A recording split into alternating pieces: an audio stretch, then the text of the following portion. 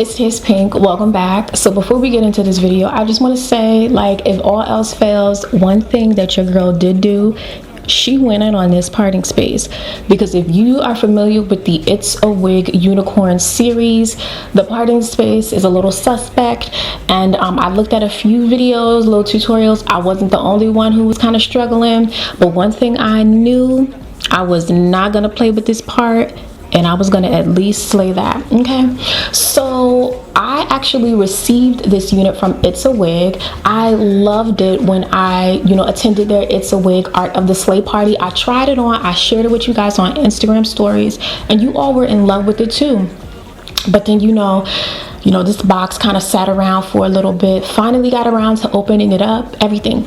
And when I first tried it on, I'm just gonna let you know what really threw me off was the color of the lace. It is so dark. Have you guys tried this? Like, that's one thing that would honestly kind of like deter me.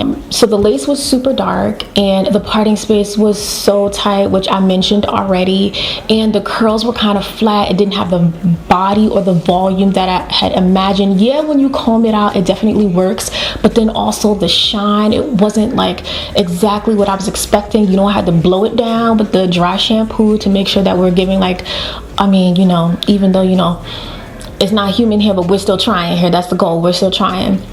And for the price point, this unit is a little bit more expensive than your average affordable wig. It's around the $35 to $45 range. So yes, this was on trend when it came out. It was super cute, but the better style of the entire series is definitely the straight version. And I could definitely see myself trying to slay that maybe in the future when the summer comes back around. But I had to transform this unit. I gave you guys a poll on Instagram, like, what should I do? Should I just transform her or make her straight? And you guys were like, curl her up, transform her. So I did a cute little flexi rod set. I've done flexi rod sets on different wigs before, and it's a cute way to like either revive your wig or jazz it up and give it a little bit more texture, a different feel. And it also adds a lot of volume. As you guys can see, I had a little bit too much volume and I had to kind of bring it down. So I really wanted to show you guys the entire process.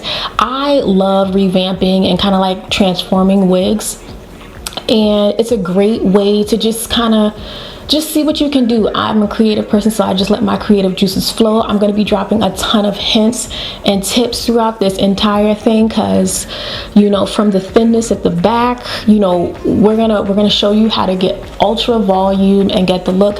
So I don't know if I'm giving you like Barbie doll hair, maybe Shakespeare. I'm giving you something and we're gonna roll with it.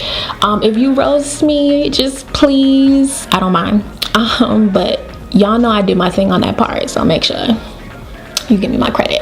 I tried. So I first tried the unit on with the lace still attached, and just as a reminder, I am wearing my wig grip, and I just wanted to comb through the curls to see if that helped with the volume. And the one thing I noticed is like the curls aren't as tight and as defined as they can be, especially like near my eyes. You see how it's just kind of laying there.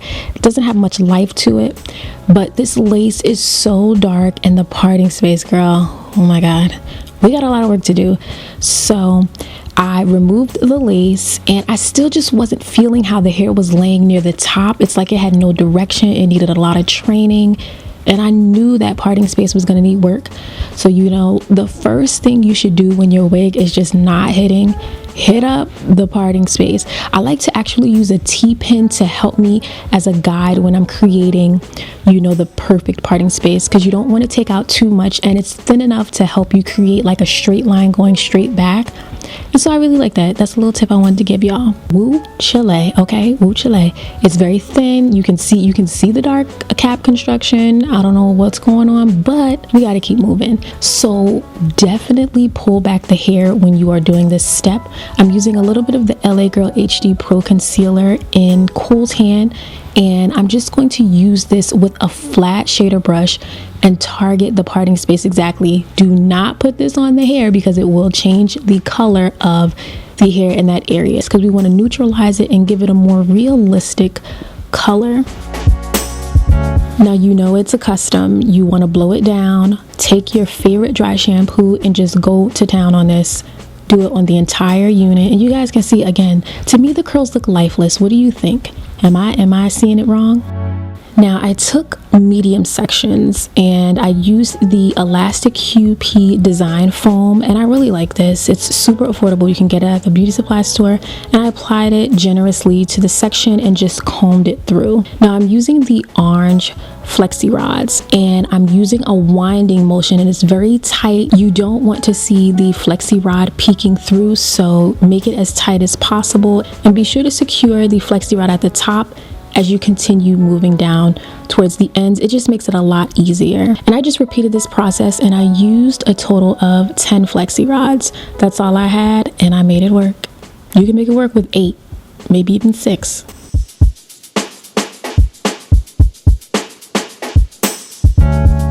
Now for the top section, because it was very thin, it didn't have a lot of volume, I broke it down, and I wanted to put the flexi rods very close in this area. So at the back, I'm putting 2 flexi rods at the top, and then I'm going to put 2 flexi rods directly below, because I'm trying to build volume in that area, especially at the back, because that's where it's the thinnest.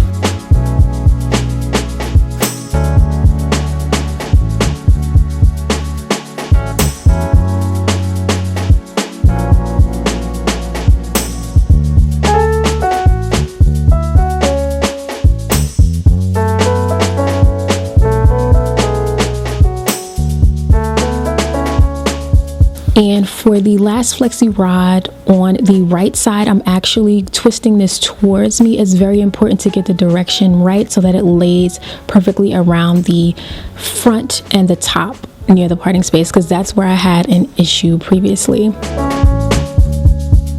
So I just dumped the wig into some hot water. You want to turn the flame down once you put the hair in, because it's not necessary to keep it up high. You just let it sit there for about 3 to 5 minutes. And I actually let this dry on this type of wig stand, and it's really good. It adds more ventilation, so it's going to dry a lot quicker. And put it in front of a fan if necessary. I let it dry for like 3 to 4 hours, and I went in to remove the rods. The curls were so springy, like, yes, I'm loving it.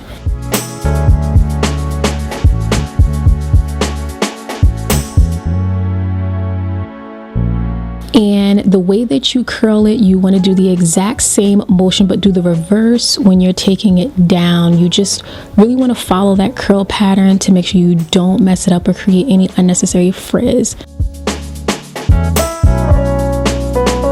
And once all of your sections are taken down, you want to go in and gently piece apart the curls. Gently. I didn't want to create too much frizz. Sometimes it's inevitable.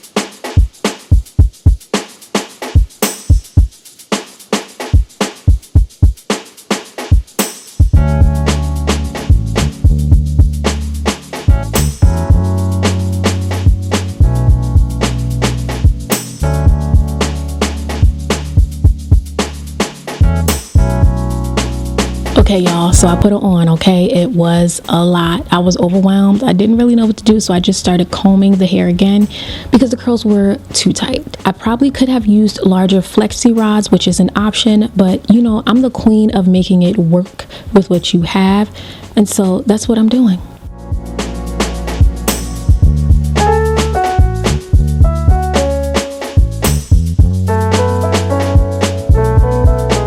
I'm using the comb to kind of lengthen the curls, reduce that tightness, and really kind of get a more realistic flow because I was overwhelmed.